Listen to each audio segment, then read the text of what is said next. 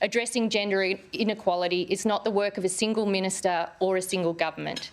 It's a whole of government work over decades, the advocacy of hundreds of thousands of Australian women and their allies, and a long line of political leaders, including our Prime Minister, who have each played their part to push progress through generations who have continued to take on the unfinished business of the generation before.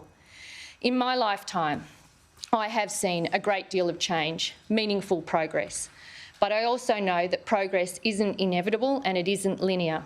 It can be easily wound back. Internationally, we're seeing this, whether it be the overturning of Roe versus Wade in the US or in Afghanistan, where the resurgence of the Taliban has seen rights for women removed, sometimes with deadly consequences. Over successive governments here in Australia, there's been a baton handed along with every change in government.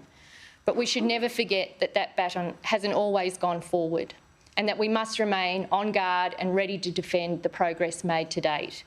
I'm privileged to be the one holding the baton today, backed by a Labor caucus that is totally committed to making a difference for women in this country.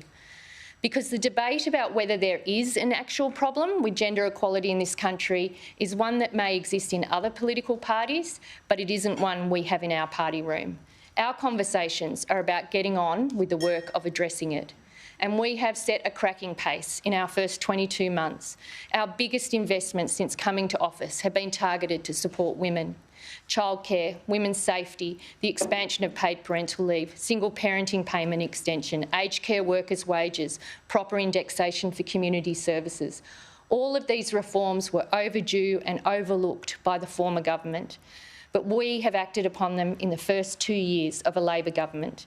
Because being in government is about choices, and the Albanese government chooses to back women. And while we've made a good start, we know that there is much more to do. Despite it being 2024, women in Australia still face barriers which mean they work less, earn less and retire with less.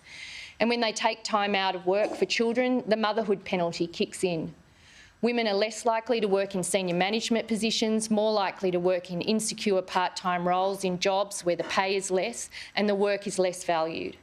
Women experience unfathomably high rates of domestic, family and sexual violence, with more than 1 in 2 women experiencing sexual harassment in their lifetime and a quarter of women having experienced intimate partner violence in their lifetime. For some women, these rates are even higher, with First Nations women 6 times more likely to die from assault related to family violence than non-Indigenous women.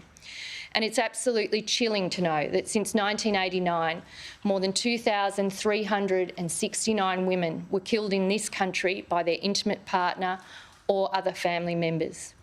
And I say all of this to make the simple point that in 2024, women in this country, as a general rule, continue to be less safe, have less choice and be less economically secure than men. And this is something that the Albanese government is determined to change.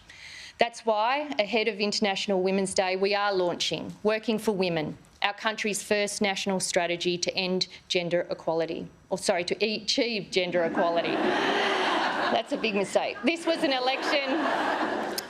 election commitment of ours, and I acknowledge Tanya Plibersek, particularly in doing the work and developing such strong policy from opposition, which has allowed me to hit the ground from the day we were elected. In developing this strategy, it was incredibly important that it wasn't just another bureaucratic document or words on a page, because women in this country don't need another empty promise. They need action and accountability. For our government, Working for Women is a commitment to the women and girls of Australia.